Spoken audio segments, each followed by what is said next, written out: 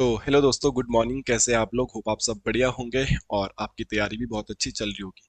तो आज मैं एक नए दिन की शुरुआत एक नई क्लास के साथ आपके सामने आया हूँ। और आज मैं ऐसी क्लास अपलोड करूँगा, कुछ ऐसे फैक्ट पे बात करूँगा जो शायद से आज तक तो यूट्यूब में मैंने कभी देखा नहीं, ऐसी क्लास किसी ने अपलोड करी है। शुरू करते हैं आज की धमाकेदार क्लास जो आपको बहुत पसंद आएगी। और इस क्लास के 2 या 3 पार्ट अभी और भी आएंगे। तो फिलहाल पहली क्लास है, पहला पार्ट है। इसको देखते हैं बच्चे पसंद करते हैं या नहीं, और ये आपको पसंद आता है कि नहीं। आगे इसके 2 3 पार्ट में अभी आपको और भी क्लास अपलोड करके। ओके, तो शुरू करते हैं आज की क्लास। और लेट्स सी क्या होता है, कैसा होता है। देखो, जब भी हम उत्तराखंड पढ़ रहे होते हैं, कुछ कुछ चीजें हमें बहुत कंफ्यूजन वाली देखने के लिए मिलती है। उन सभी कंफ्यूजन वाली चीजों को एक सामने लाने का प्रयास किया है और समझते हैं कि क्या हो पाता है क्या नहीं। जैसे कि हमसे पूछा जाएगा, नीलकंठ मंदिर, तो इसका सही जवाब हम लोगों को करना पड़ेगा पौड़ी। ऋषिकेश के ऊपर है बट डिस्ट्रिक्ट वाइज तो पौड़ी पड़ेगा। बट हमसे अगर क्वेश्चन बनेगा नीलकंठ पर्वत, तो नीलकंठ पर्वत का सही आंसर हमें करना पड़ता है चमोली। नीलकंठ पर्वत का हमें सही आंसर क्या करना पड़ता है? चमोली। ठीक है। अब जब नीलकंठ पर्वत हमने चमोली देखा, तो इसी नीलकंठ पर्वत, देखो नीलकंठ मंदिर बोलेगा तो अभी आपको पता है पौड़ी, बट नीलकंठ पर्वत बोलेगा तो आपने बोलना है चमोली। अब इसके साथ साथ और चीजों को देखने का प्रयास करें। जो ये नीलकंठ पर्वत है, इसका एक और निक नेम भी है। अब इसके बारे में कुछ एक्स्ट्रा फैक्ट, इसको क्वीन ऑफ गढ़वाल या गढ़वाल की रानी भी कहा जाता है। तो गढ़वाल की रानी किसे कहा जाता है? तो गढ़वाल की रानी नीलकंठ पर्वत को कहा जाता है। जब नीलकंठ पर्वत की बात आ ही रही है, तो क्या पता ऐसा क्वेश्चन भी आ जाए कि नीलकंठ पर्वत की हाइट कितनी है। तो 65-97 मीटर लगभग नीलकंठ पर्वत की हाइट है। इसके अलावा और क्या पूछा जा सकता है? गढ़वाल की रानी, तो रानी से रिलेटेड ऐसा भी आ सकता है कि प्रश्न बनेगा पर्वतों की रानी। तो पर्वतों की रानी या पहाड़ों की रानी किसे कहोगे आप? मसूरी को। पहाड़ों की रानी किसे कहोगे? मसूरी को। और अगर आपसे क्वेश्चन आएगा पहाड़ों का राजा, तो पहाड़ों का राजा आप किसे कहोगे? चक्राता को। पहाड़ों का राजा किसे कहोगे आप? चक्राता। तो जो सेम सेम राइम वाली चीजें होंगी ना, वो मैं आपको लिखाने का प्रयास करता हूँ आज। बहुत सारे लिखा दूंगा, जितने बचेंगे वो नेक्स्ट क्लास में मैं आपको दे दूंगा। तो आप कंफ्यूजन नहीं होगे, इनको एक सामने ऐड कर लोगे आप, तो उसको पेपर से पहले रिवाइज कर लोगे। इनमें से कुछ पेपर में टपकेगा तो कंफ्यूजन नहीं होगा। ठीक है। नीलकंठ मंदिर पौड़ी, नीलकंठ पर्वत चमोली, और यहाँ से हमने देखो रानी रानी वाले क्वेश्चन भी देख लिए, राजा वाले भी क्वेश्चन। ठीक है। तो पहला तो ये हो गया। अब कोई नीलकंठ मंदिर गया होगा घूमने या दर्शन करने, वटेवर आप जो भी बोलो। तो जब हम नीलकंठ मंदिर के दर्शन करते हैं तो ऋषिकेश से ऊपर के लिए रोड जाती है और वहां जाना पड़ता है नीलकंठ महादेव के मंदिर में। बहुत प्रसिद्ध, बहुत फेमस, बहुत मान्यता प्राप्त मंदिर है हमारे इधर। तब वहां से भी क्या क्वेश्चन निकाल के लाता हूँ मैं, देखो। कभी भी आपको नीलकंठ मंदिर महादेव जाने का मौका मिलेगा, जो कि पौड़ी के यमकेश्वर ब्लॉक में आता है। कौन से ब्लॉक में आता है भाई? यमकेश्वर ब्लॉक में आता है। तो यहाँ से क्या प्रश्न बनता पता? इससे ही 3-4 किलोमीटर हम आगे जाएंगे तो वहां पे एक गुफा है, जिस गुफा का नाम है झिलमिल गुफा। अब देखो, इससे ये क्वेश्चन बनेगा कि झिलमिल गुफा कहाँ है, तो आपने बोलना झिलमिल गुफा भी भाई पौड़ी में है। ओके। बट अगर आपसे पूछ दिया जाएगा झिलमिल ताल, यह क्वेश्चन आएगा झिलमिल कंजर्वेशन। क्या क्वेश्चन पूछा जाएगा भाई? झिलमिल कंजर्वेशन। तो झिलमिल कंजर्वेशन का आंसर आपने करना है हरिद्वार। झिलमिल कंजर्वेशन का आंसर क्या करोगे आप लोग? हरिद्वार करोगे। ये आप लोगों को पता होना चाहिए। और झिलमिल कंजर्वेशन में जब आप लिख ही रहे हो इसके बारे में, तो कहीं पे ये भी लिख लो कि झिलमिल कंजर्वेशन 2005 में बना था और फेमस फॉर बारहसिंगा। झिलमिल कंजर्वेशन किसके लिए फेमस है? तो बारहसिंगों के लिए फेमस है। और झिलमिल से मुझे एक और पॉइंट याद आ गया है, उसका नाम है झिलमिल ताल। क्या नाम आया? झिलमिल ताल। और अगर आपसे पूछा जाएगा झिलमिल ताल कहाँ है, तो answer will be Champawat. Neelkanth Mahadev मंदिर से 2-3 किलोमीटर आप आगे जाओगे ना, तो वहीं पे एक गुफा है झिलमिल गुफा। तो झिलमिल गुफा पौड़ी, झिलमिल ताल चंपावत, और झिलमिल कंजर्वेशन हरिद्वार में। ठीक है। और झिलमिल कंजर्वेशन हरिद्वार में 2005 में बना था। और फेमस क्यों है भाई? बारहसिंगा के लिए फेमस है। तो सेम सेम राइम वाली चीजें जो आपने पढ़ी होगी इससे भी पहले, ऐसा नहीं है कि नहीं पढ़ा है आपने, बट सारा का सारा डाटा एक सामने मिल जाएगा और एग्जाम से पहले हम इसे रिवाइज करेंगे, तो हमें बहुत ज्यादा मदद। और कमेंट करके जरूर बताना यार कि आपको ये वाली क्लास पसंद आई कि नहीं आई, अच्छा मिला, अच्छा डाटा या अच्छा कंटेंट है कि नहीं है। एक ही सामने जो आपको मिल जा रहा है ये मेहनत से मिला हुआ है। और अगर आपको सपोर्ट मिला तो मैं आगे भी 3-4 क्लासेस इसकी और भी अपलोड करूँ। देखो, आप उत्तराखंड ग्रुप सी के पेपर सॉल्व करते होंगे। ये क्वेश्चन पेपर में आ भी चुका है। नाहान पर्वत श्रृंखला, अगर प्रश्न बनेगा नाहान पर्वत श्रृंखला कहाँ है, आपने आंसर करना है हल्द्वानी। नाहान पर्वत श्रृंखला कहाँ है भाई? हल्द्वानी में है। ये वाला पॉइंट आप लोगों को याद भी रख लेना चाहिए, ठीक है। और आपको यहाँ पे दिख भी रहा होगा, श्रृंखला शुद्ध वर्तनी में ऐसा लिखा जाता है, दो सरामत डाल देना, श्रृंगार और श्रृंखला। और अगर आपसे पूछा जाता है नाहान क्षेत्र, तो नाहान क्षेत्र कहाँ है? नाहान क्षेत्र देहरादून और हिमाचल प्रदेश के बॉर्डर वाला एरिया था। और ये नाहान क्षेत्र हम उत्तराखंड के इतिहास में तब पढ़ते हैं जब हम देखते हैं कि उत्तराखंड पे गोरखाओं का राज हो जाता है। और फिर गोरखाओं को भगाने के लिए यहाँ से कौन आते? अंग्रेज, है ना। गोरखाओं को किसने भगाया? यहाँ से अंग्रेजों ने भगाया। तो अंग्रेज गोरखाओं को चारों तरफ से घेर लेते हैं। मैंने भी ऑनलाइन आपको पढ़ाया है और आपने भी पढ़ा होगा। तो नाहान क्षेत्र में मिस्टर या कैप्टन ऑक्टर लोनी, कैप्टन ऑक्टर लोनी अंग्रेजों पे आक्रमण करता है। तो ऑक्टर लोनी वर्सेस अमर सिंह थापा का युद्ध होता है। ऑक्टर लोनी वर्सेस अमर सिंह थापा का युद्ध होता है, कौन से क्षेत्र में है? नाहन क्षेत्र में। और इन दोनों के बीच जो युद्ध होता है नाहन क्षेत्र में, उसके लिए मलाऊ का युद्ध भी कहा जाता है। प्रश्न बनेगा मलाऊ का युद्ध किस किस के बीच हुआ था? तो अमर सिंह थापा और ऑक्टर लोनी के बीच हुआ था नाहन क्षेत्र में। ये तब की बात है जब अंग्रेज गोरखाओं को खदेड़ने के लिए उत्तराखंड पे आक्रमण किए थे। एक सेना उन्होंने नाहन क्षेत्र में भेजी थी, एक काठमांडू में भेजी थी, चारों तरफ से घेर दिया था ना, एक देहरादून में भेजी थी, ये आपको पढ़ाया भी था, और एक बुटवल प्रांत में भी भेजी थी। ऐसा ही नाहन क्षेत्र है वो देहरादून, ऑक्टोलोनी वर्सेस अमर सिंह थापा की लड़ाई। और इसी युद्ध को मलाऊ का युद्ध भी कहा जाता है। ये बेसिक बात आपको याद रखनी, ठीक है। बाकी हल्द्वानी क्या है भाई? हल्द्वानी को बसाने का श्रेय रुद्रचंद को जाता है। हल्द्वानी को बसाने का श्रेय प्रारंभिक रूप से रुद्रचंद को जाता है। मॉडर्न हल्द्वानी की स्थापना लगभग 1834 के शासनकाल में जॉर्ज विलियम ट्रेल के द्वारा की जाती है। और हल्द्वानी का विकास हेनरी रेमजे के द्वारा किया जाता है, क्योंकि यहाँ पे सड़कें और नहरें हेनरी रेमजे बनाता है। सड़कें और नहरें हेनरी रेमजे बनाता है, ये वाला पॉइंट आपको पता है। प्रारंभिक रूप से हल्द्वानी की स्थापना रुद्रचंद। मॉडर्न हल्द्वानी 1834 में जॉर्ज विलियम ट्रेल। हल्द्वानी का विकास, जो सड़कें और नहरें बनाई है, वो किसने बनाई है? हेनरी रेमजे ने बनाई है। ये बेसिक बात पता होनी चाहिए। बाकी हल्द्वानी गोला नदी के तट पर है, लिख लीजिएगा। गोला नदी पहाड़ पानी से निकलती है और गोला नदी की लंबाई 102 किलोमीटर है। और हल्द्वानी इज द बिगेस्ट व्यापारिक सिटी ऑफ उत्तराखंड। हल्द्वानी एक बहुत बड़ा और सबसे बड़ा व्यापारिक शहर है उत्तराखंड का। तो हल्द्वानी का ये बेसिक इंफॉर्मेशन मैंने आपको बता दी। अब हल्द्वानी से ही प्रश्न बनता है कि हल्द्वानी का नाम हल्द्वानी किसकी वजह से पड़ा है? हल्द्वानी का नाम हल्द्वानी का नाम हल्द्वानी किसकी वजह से पड़ा है? तो हल्द्वानी का नाम हल्द्वानी हल्दू के पेड़ों की वजह से पड़ा है। किसकी वजह से पड़ा है? हल्दू के पेड़ों की वजह से पड़ा है। हल्दू के पेड़ों की वजह से हल्द्वानी का नाम हल्द्वानी पड़ा है। आप बोलोगे कि तो हमें आता ही है, तो कैसा क्वेश्चन है? तो आपने एक बार ना बीपीडीओ का पेपर सॉल्व करना, पुराने वाला बीपीडीओ का पेपर। उसमें एक प्रश्न बना है मेरे दोस्तों कि मसूरी का नाम मसूरी क्यों पड़ा है? पेड़ की वजह से, पौधे की वजह से, है ना, पर्वत की वजह से, अंग्रेज की वजह से, ऐसा ऑप्शन तो उसमें, तो उसमें था मसूरी का नाम मसूरी एक पौधे की वजह से पड़ा है। मसूरी का नाम मसूरी किसकी वजह से पड़ा है? मसूर दाल के पौधे की वजह से। मसूर दाल का जो पौधा होता है, मसूर दाल के पौधे की वजह से। आप बीपीडीओ का पेपर सॉल्व कर लेना, उसमें ये क्वेश्चन आया था, पौधा उसका सही आंसर था। और ऐसा ही प्रश्न बनेगा, रुड़की का नाम रुड़की का नाम रुड़की क्यों पड़ा है?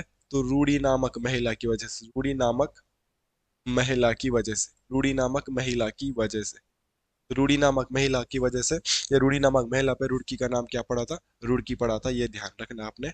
और आपने ऋषिकेश का ओल्ड नेम देखा होगा, कुब्जा भ्रक। ऋषिकेश का ओल्ड नेम क्या है? कुब्जा भ्रक। जिसको नहीं पता वो लिख भी लेना, व्हाट इज कुब्जा कुब्जा भ्रक। तो ये ऋषिकेश का ओल्ड नेम है, क्या है? ऋषिकेश का ओल्ड नेम। तो ऋषिकेश का ओल्ड नेम है आपके पास कुब्जा भ्रक। और ये क्यों पड़ा है? आम के बगीचे की वजह से। आम के बगीचे की वजह से। ठीक है, तो ये वाला क्वेश्चन ना आपके बीपीडीओ के पेपर में आ रखा है। अगर कोई दोस्त मेरा ये दिमाग में सोच रहा है कि ऐसे प्रश्न नहीं बनेंगे, ये प्रश्न कभी पेपर में आ जाएगा ना, जिन्होंने बहुत अच्छे से स्टडी किया है उनको तो कोई प्रॉब्लम नहीं है, बट जो हवा हवा में पढ़ते प्रॉब्लम होगी। हल्द्वानी का नाम हल्द्वानी क्यों पड़ा है? चंद राजा की वजह से, अंग्रेजों की वजह से, ऐसा क्वेश्चन बनेगा। पेड़ की वजह से, नदी की वजह से, हम बोलेंगे पेड़, कौन सा पेड़? हल्दू का। ठीक है, तो कंफ्यूजन वाली जो चीजें चल रही थी वही मैं आपको पढ़ा रहा हूँ। हमने पहले नीलकंठ के बारे में देखा, झिलमिल के बारे में देखा, राजा रानी के बारे में देखा, नाहन क्षेत्र के बारे में देखा, और बीच में हल्द्वानी की जो बात आई तो हल्द्वानी के बारे में देख लिया। ठीक है, अभी मैं रुड़की के बारे में, हल्द्वानी के बारे में, मसूरी के बारे में दुनिया भर का फैक्ट बता दूंगा, बट फिर फायदा नहीं है ना। फायदा इट मीन्स कि फिर मैं जीके में घुस जाऊंगा तो मैं कंफ्यूजन वाली चीजें नहीं पढ़ा पाऊंगा। तो मैं तो अभी वो पढ़ा रहा हूँ जिनमें कंफ्यूजन हो सकता है, जो सेम सेम राइम वाली चीज। ओके, चलिए। सेम राइम वाली चीजें क्या हो सकती है? अगर कभी पूछा जाएगा हाथी पर्वत, तो हाथी पर्वत भी आपका चमोली में पड़ता है। अगर क्वेश्चन आएगा हाथी पर्वत तो चमोली में, और हाथी पर्वत की हाइट है 67-27। ठीक है, हाथी पर्वत की हाइट है 67-27। इसी के साथ आप ये भी याद कर लो, 1 मीटर का फर्क है, और 67-28 मीटर का श्रीकंठ पर्वत है। पर्वतों की हाइट भी ग्रुप सी में पूछी जाती है ना, तो मैंने बता दिया आपको। और हाथी से क्या याद करना है? अगर प्रश्न आएगा हाथी कुंड कहाँ है, तो हाथी से याद करना है, तो हाथी कुंड पड़ता है आपको हमारे पौड़ी गढ़वाल में। तो हाथी पर्वत चमोली में और हाथी कुंड पौड़ी में है। ये आपको याद करना है, तो ये बेसिक बातें आपको भी पता चल गई। इसके अलावा और क्या याद कर सकते हैं? जैसे आपसे पूछा जाएगा शिव की भूमि किसे कहते हैं, अगर प्रश्न आएगा तो आपने बोलना है भाई शिव की भूमि कहा जाता है देहरादून को। आपसे अगर क्वेश्चन ये बन गया कि शिव की नगरी किसे कहा जाता है, आपसे प्रश्न बनेगा तो शिव की नगरी आप बोलोगे भाई रुद्रप्रयाग को कहा जाता है। और अगर आपके पास प्रश्न बनेगा शिव की राजधानी किसे कहा जाता है, तो अगर प्रश्न बन गया शिव की राजधानी, और शिव की राजधानी वाला प्रश्न मेरे भाइयों, मेरे दोस्तों, ऑलरेडी एग्जाम में पूछा गया है, तो हम लोगों को याद करना है। और शिव की राजधानी कहा जाता है हरिद्वार को। और शिव की राजधानी हरिद्वार को किसके द्वारा कहा गया है? तो एक विदेशी यात्री था, उसका नाम था टॉम कायरट। टॉम कायरट। तो टॉम कायरट ने ही हरिद्वार को द कैपिटल ऑफ शिवा कहा है। ये बेसिक बात आपको याद रखनी है ना। तो शिव की भूमि देहरादून, शिव की नगरी रुद्रप्रयाग, और शिव की राजधानी किसे कहेंगे? तो शिव की राजधानी कहेंगे टॉम कायरट को। ठीक है, ठीक है, तो शिव की राजधानी किसे कहा जाएगा? टॉम कायरट को कहा जाएगा। ये बेसिक बात आप लोगों को याद में रखनी पड़ेगी। नेक्स्ट अगर हम देखेंगे, इसमें तो किसी को कोई दिक्कत नहीं होनी चाहिए। मैं एक्स्ट्रा फैक्ट नहीं बता रहा हूँ। देहरादून को सैनिक नगर भी कहा जाता है, देहरादून को लीची नगर भी कहा जाता है ना। दुनिया भर के पॉइंट है। बट अभी तो मैं सेम सेम राइम वाली चीजें लिखा रहा हूँ ना, तो इसलिए मैं बहुत डिटेल में नहीं जाऊँ। आप मेरी बातों को, मेरी भावनाओं को समझ पा रहे हो ना? ठीक है, बाकी इसमें और क्या करेक्शन में कर सकता हूँ, आप कमेंट करके जरूर बताएं। आपके कमेंटों को, मैं हर किसी के कमेंट को पढ़ता हूँ, तो मैं आपके जो भी होंगे सजेशन, उनको भी मद्देनजर रख के ही फैसला लूंगा। अब आता है हिडिंबा मंदिर, है ना। हिडिंबा मंदिर, तो हिडिंबा मंदिर को ही अखिल तारिणी मंदिर के नाम से भी जान लिया जाता है। ठीक है, अखिल तारिणी मंदिर। तो हिडिंबा मंदिर या अखिल तारिणी मंदिर आपसे पूछा जाएगा, तो आप इसका आंसर करोगे चंपावत में। आप इसका आंसर करोगे चंपावत में।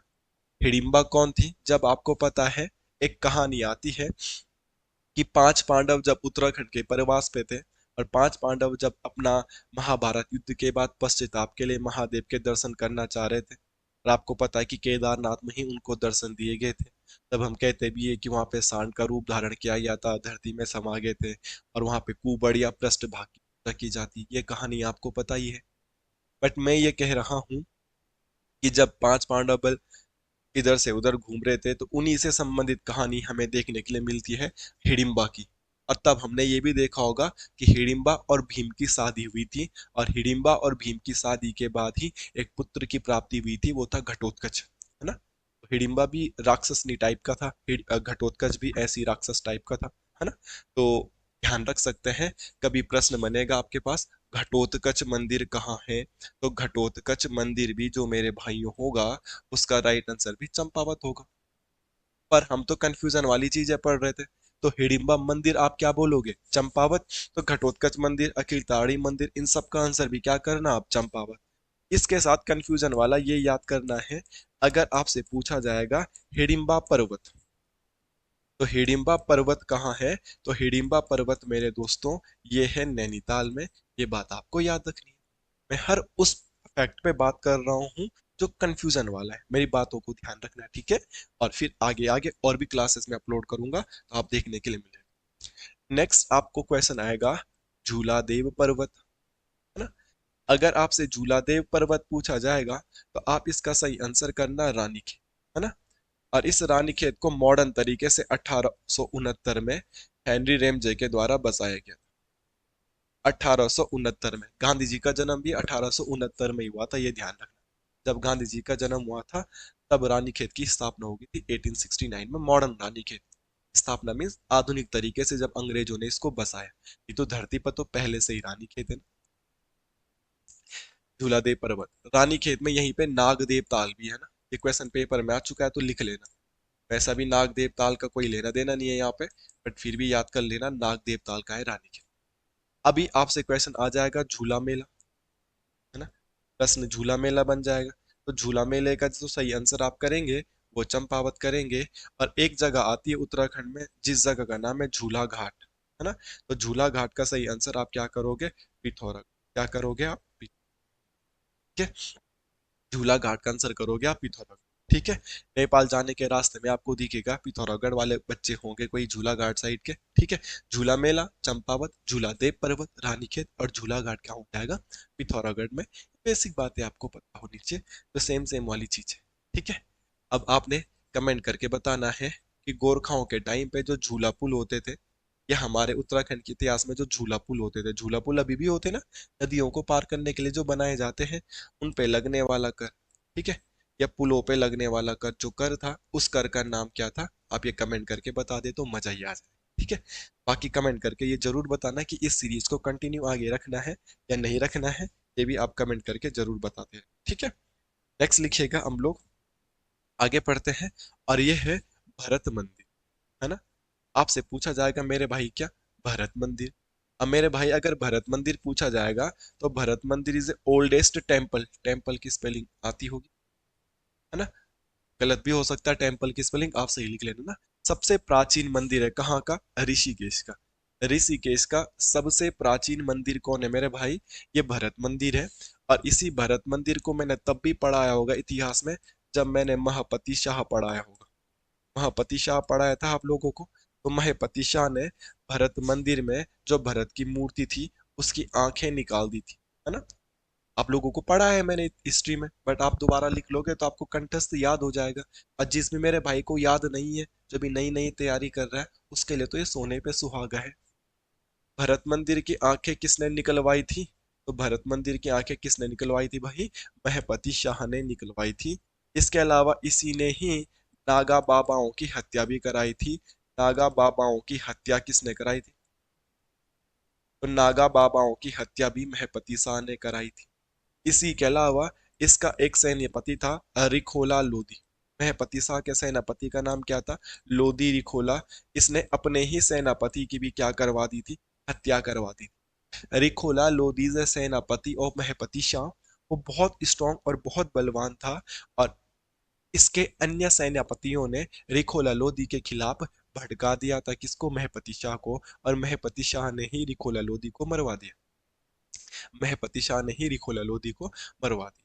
बाद में इसने ये तीनों के तीनों पाप करने के बाद पश्चाताप भी किया, और कुमाऊं के युद्ध में महपति शाह मारा भी गया। कुमाऊं के युद्ध में महपति शाह शहीद भी हुआ था इन पश्चाताप।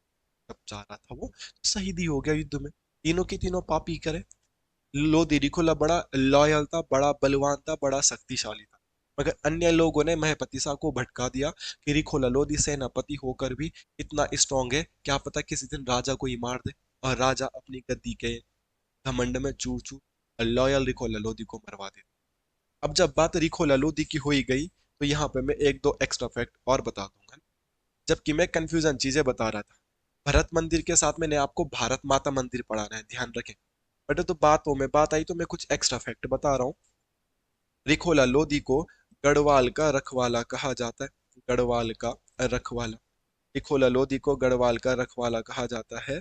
और रिखोला लोधी को गढ़वाल का भीम भी कहा जाता है। गढ़वाल का भीम भी कहा जाता है रिखोला लोधी को। और रिखोला लोधी के ऊपर एक बुक लिखी गई है। एक बुक लिखी गई है और उस बुक का नाम है गढ़वीर महाकाव्य। अगर आपसे प्रश्न बनेगा गढ़वीर महाकाव्य बुक रिटन बाय, तो गढ़वीर महाकाव्य बुक रिटन बाय रूप मोहन सकलानी। बाय रूप मोहन सकलानी। तो मेरे भाइयों, रूप मोहन सकलानी ने कौन सी पुस्तक लिखी है? तो रूप मोहन सकलानी ने पुस्तक लिखी है गढ़वीर महाकाव्य। और गढ़वीर महाकाव्य बुक किससे रिलेटेड है? लिखोला लोदी से। लिखोला लोदी को क्या कहा जाता था? गढ़वाल का भीम या गढ़वाल का रखवाला, जो महिपति शाह का सेनापति था। और इसी महिपति शाह ने ऋषिकेश के सबसे प्राचीन मंदिर भरत मंदिर की मूर्ति की आंखें निकलवा दी थी। Okay, extra fact. अब भरत मंदिर का जो कंफ्यूजन वाला फैक्ट हो सकता है, तो वो क्या हो सकता है? भारत माता मंदिर, है ना? भारत माता मंदिर। तो अगर आपसे पूछा जाएगा भारत माता मंदिर कहाँ है, तो इसका आंसर आप लोग करेंगे हरिद्वार। और इसकी स्थापना की गई थी स्वामी सत्यमित्रानंद के। स्वामी स्वामी सत्यमित्रानंद के द्वारा। स्वामी सत्यमित्रानंद के द्वारा इसकी स्थापना की गई थी। और इस मंदिर का उद्घाटन करने के लिए 1983 में हमारे देश की प्रधानमंत्री श्रीमती इंदिरा गांधी भी आई थी, या इंदिरा गांधी आई थी। इसका उद्घाटन किसके द्वारा किया गया था? श्रीमती इंदिरा गांधी के द्वारा, लगभग 1983 में। ये बेसिक बातें आप लोगों को याद भी रखनी चाहिए। ठीक है। तो चाहे वो भरत मंदिर बोले, चाहे वो भारत माता मंदिर बोले, दोनों बातें मैंने आप लोगों को बता दी है। तो उम्मीद करता हूँ जो ये वाला कंफ्यूजन वाला फैक्ट है, ये वाला कंफ्यूजन वाला फैक्ट भी आपका क्लियर हुआ होगा। नेक्स्ट हम आगे चलते हैं। और आगे जाने पे तो मोस्ट इंपॉर्टेंट लिख लेना, ये परसों पीसीएस के पेपर में भी आया था। देखो इतने सारे, अभी मैंने ज्यादा क्वेश्चन भी नहीं कराए, मगर कम से कम 5-6 क्वेश्चन पेपरों में आ चुके हैं। ध्यान रखें आप। आपको कमेंट करके बताना ही बताना पड़ेगा, आप चाहते हो इसको आगे करना या नहीं। ठीक है। तो ये आया था पशुओं से संबंध। तो ये क्वेश्चन आपने पीसीएस के पेपर में देखा होगा। और वो था पशुओं का रक्षक देवता, है ना? तो पशुओं का रक्षक देवता जो है, वो चोमुह देवता को माना जाता है। वो चोमुह देवता को माना जाता है, या चोमू देवता को माना जाता है। पशुओं का रक्षक देवता चोमू देवता का जो मंदिर है, वो पंचेश्वर नामक जगह पे, पंचेश्वर नामक जगह के आसपास है। और इसी पंचेश्वर में दो नदियों का संगम होता है। एक नदी का नाम है सरयू नदी, और एक नदी का नाम है काली नदी। और काली नदी सबसे लंबी नदी है, 252 किलोमीटर की। और सरयू नदी की लंबाई है 146 किलोमीटर। ठीक है। तो पशुओं का रक्षक देवता चोमू देवता, चोमू देवता का मंदिर पंचेश्वर में है। और पंचेश्वर में दो नदियों का संगम हो रहा है, सरयू और काली का। सरयू सरमूल ग्लेशियर से निकलती है, या झुंडी नामक जगह से निकलती है, आप ये भी देख सकते हो। और इसी नदी के किनारे कुली बेगार प्रथा का अंत हुआ था उत्तरायणी मेले के दिन, 13-14 जनवरी 1921 को। और बद्रीदत्त पांडे ने कुली रजिस्टर जो थे वो सरयू नदी में ही बहा दिए गए थे। पप्पू कार्की का इससे रिलेटेड एक बहुत सुंदर गाना भी था, सरयू का बगड़ उत्तरायणी कौतिक लग्यू चा सरयू का बगड़। आजकल गाने भी आ रहे, तो आपको पता होना चाहिए। पप्पू कार्की की 3-4 साल पहले डेथ भी हो गई थी सड़क दुर्घटना। ठीक है। तो ये बात आपको पता चली। ये तो एक्स्ट्रा फैक्ट था, कुछ मैंने लिख दिए, कुछ मैंने आपको ऑरली सुना दिए, वो आपको याद भी होगा तो रिवाइज हो जाए। रिवाइज इज ए की ऑफ सक्सेस। सिर्फ नोट्स नोट्स बना के जॉब नहीं लगेगी, इस बात से आप सभी लोग परिचित हैं।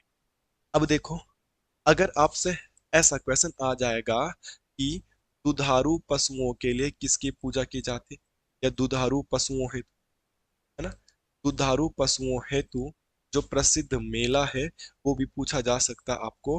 और आपने यहाँ पे करना है मानेश्वर मेला। मानेश्वर मेला में एक चमत्कारी शिला की पूजा की जाती है। और ये कहाँ पे लगता है? मानेश्वर मेला। ये लगता है आपका चंपावत में। और मानेश्वर मेला प्रसिद्ध क्यों है भाई? दुधारू पशुओं के लिए है। ये भी आपको याद करना है। और इसके अलावा क्या पता प्रश्न ये बन जाए कि उत्तराखंड का कौन सा मेला है जो पशुओं के क्रय विक्रय हेतु प्रसिद्ध है? उत्तराखंड का कौन सा मेला है जो पशुओं के क्रय विक्रय हेतु प्रसिद्ध है? क्रय विक्रय के लिए पशुओं का खरीदारी बेचदारी यहाँ पे होता है। और उस मेले का नाम है सोमनाथ का मेला। सोमनाथ का मेला जो कि अल्मोड़ा में लगता है। ये भी पॉइंट आपको याद रखना है। तो पशुओं का क्रय विक्रय अलग हो रहा है। दुधारू पशुओं का मेला अलग लग रहा है। और पशुओं का रक्षक देवता अलग है। ये बेसिक बातें आप लोगों को याद होनी चाहिए थी। और इतनी बात आप लोगों को याद भी हो गई होगी। बट ये बहुत इंपॉर्टेंट है। ये रिसेंट पीसीएस के पेपर में भी पूछा गया है ना। अच्छा, इसके अलावा बेसिक सा इंफॉर्मेशन। उत्तराखंड में एक बहुत यूनिक सा प्लेस मुझे लगा है। जितना भी उत्तराखंड में घूमा हूँ लगभग ऑलमोस्ट हर एक डिस्ट्रिक्ट में मैं गया हूँ। तो जितनी भी जगह हम लोग देख पाते हैं उनमें से आपको क्या देखने के लिए मिलेगा, वो चीजों को समझते हैं। आपने ये भी देखा होगा, एक आता है पातालेश्वर, है ना। एक जगह देखने के लिए मिलती है पाताल भुवनेश्वर। और एक जगह देखने के लिए मिलती है पाताल रुद्रेश्वर। अगर आपसे पूछा जाएगा पाताल रुद्रेश्वर का मंदिर कहाँ है, आप लोग कहेंगे चंपावत। और आपको कहा जाएगा पाताल भुवनेश्वर का मंदिर कहाँ है, आप लोग कहोगे पिथौरागढ़, है ना। इसी के अलावा आपसे ये भी पूछा जाएगा एक हथिया देवाल कहाँ, है ना। आपसे ये पूछा जाएगा एक हथिया देवाल कहाँ है, तो एक हथिया देवाल ऑल्सो इन पिथौरागढ़। और आपसे पूछा जाएगा एक हथिया नौला कहाँ है, एक हथिया नौला कहाँ है, आंसर विल बी चंपावत। तो चंपावत और पिथौरागढ़ में ये कॉमन कॉमन सी चीजें हैं, याद कर। अगर आपको कंफ्यूजन भी होगा ना, तो देखो, एक हथिया देवाल, देवाल को आप दीवार समझ लो, देवाल को आप वॉल समझ लो ना। वॉल, वॉल मीन्स दीवार, वॉल मीन्स दीवार। और दीवार को बनाने के लिए क्या चाहिए होता है? पत्थर। इसका मतलब ये पत्थर पिथौरागढ़ में होगा। और जैसे वो है पाताल भुवनेश्वर, तो भुवनेश्वर में एक टर्म आ रहा भवन। भवन मतलब होम, घर, आलय, ग्रह, निकेतन। भवन मतलब क्या होता है? घर। और घर को बनाने के लिए भी हमें पत्थरों की जरूरत पड़ती है, तो पिथौर। तो चाहे एक हथिया देवाल हो, दीवार बनाने के लिए पत्थर की जरूरत है, तो पत्थर से पिथौरागढ़। चाहे एक पाताल भुवनेश्वर हो और भवन को बनाने के लिए भी पत्थरों की आवश्यकता है, तो भी पिथौरागढ़। तो जब वो दो पिथौरागढ़ में, तो बाकी के बचे हुए तो चंपावत में कर सकता आदमी इजिली। उसको भी ऐसे याद कर सकते हैं कि पाताल रुद्रेश्वर। और रुद्र का मतलब होता है गुस्सा। और जब कोई आदमी गुस्सा हो जाएगा, क्रोधित हो जाएगा, तो आप उससे चंपत हो जाओगे, वहां से भाग जाओगे ना। चंपत हो जाओगे उसके सामने से। कोई गुस्से में रहेगा, क्रोधित रहेगा, तो उसके सामने तो रह नहीं सकते। तो पाताल रुद्रेश्वर, रुद्र मतलब गुस्सा, वो चंपत। ठीक है। ये बड़ा इंपॉर्टेंट है, इसे आप याद कर लीजिएगा इक्वेशन पे। आज खत्म करते हैं। और कल भी मैं आपको कोशिश करूंगा, अगर आप लोगों के पॉजिटिव कमेंट रहेंगे, ऐसे ही एक बहुत मास्टर वीडियो देने का। बहुत मजेदार ये वीडियो है, बहुत मजेदार ये क्लास है। आपके एग्जाम के पॉइंट ऑफ व्यू से मेन मेन चीजें जहाँ पे एग्जामिनर आप कंफ्यूज कर सकता है, सारा डाटा मैं आपके एग्जाम में लिखा दूंगा विथ एक्स्ट्रा फैक्ट। ठीक है। बाकी आपकी कोई राय भी होगी तो आप राय देना, राय को भी समझता हूँ। तो रावण शिला से प्रश्न बनेगा आपका। आप बोलोगे रावण शिला जो है तुंगनाथ में। आप लोगों ने तुंगनाथ मंदिर के दर्शन किए होंगे। तो जब हम तुंगनाथ मंदिर से थोड़ा ऊपर चंद्रशिला की ओर जाते हैं, तो चंद्रशिला के पीक पॉइंट और तुंगनाथ के बीच में एक पत्थर है, बड़ा सा खाई है उसके नीचे, उसको रावण शिला के नाम से जाना है। अगर आप लोगों ने दर्शन किए होंगे तो आपको बहुत अच्छे से याद आ रहा हो। और नहीं किए हैं और आपका प्लान है जाने का, आप रावण शिला को भी जरूर देखिएगा, ऑब्जर्व करिएगा कि हाँ कौन सा वाला। बाकी तुंगनाथ कौन से नंबर का केदार है? तृतीय नंबर का केदार है। और तुंगनाथ में किसकी पूजा होती है? भुजाओं की पूजा होती है। ठीक है? और इसी से रिलेटेड एक बहुत महत्वपूर्ण है, वो है रावण की तपस्थली। रावण की तपस्थली उत्तराखंड में किस जगह पे रावण ने तपस्या करी थी? तो उस जगह का नाम है बैरास कुंड। उस जगह का नाम है बैरासकुंड। अब बैरासकुंड दशमोलीगढ़ में पड़ता है। कौन सी गढ़ में पड़ता है? दशमोलीगढ़ में पड़ता है। 52 गढ़ों में से एक गढ़ था ना दशमोलीगढ़, और ये दशमोलीगढ़ कहाँ पड़ेगा आपका? चमोली डिस्ट्रिक्ट में पड़ेगा, तो ये भी ध्यान रखना है। और ये पेपर में भी। 10 मतलब क्या होता है? 10 मतलब होता है 10। अब मोली मतलब होता है सर। 10 मतलब होता है 10। अब मौली मतलब होता है सर। तो 10 मौलीगढ़, 10 सर किसके थे भाई? रावण के। दैट्स वाई यहाँ पे रावण की तप स्थली है कौन से कुंड में? बैरास कुंड में। ये भी आपको याद रखना।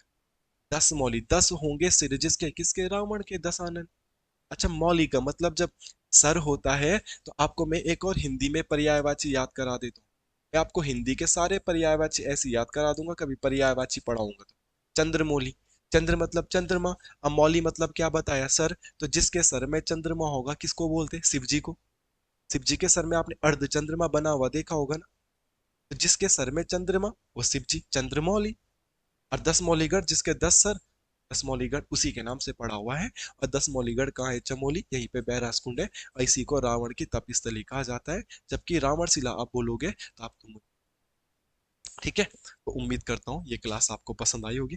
रात के 12 बज चुके हैं और मैं अभी एक क्लास को रिकॉर्ड, इसीलिए मैंने आपको कहा था दोस्तों, अगर आप यहाँ तक क्लास देखते देखते, आजकल समय की पाबंदी है, समय नहीं है, इसलिए क्लासेस नहीं बना पा रहा हूँ।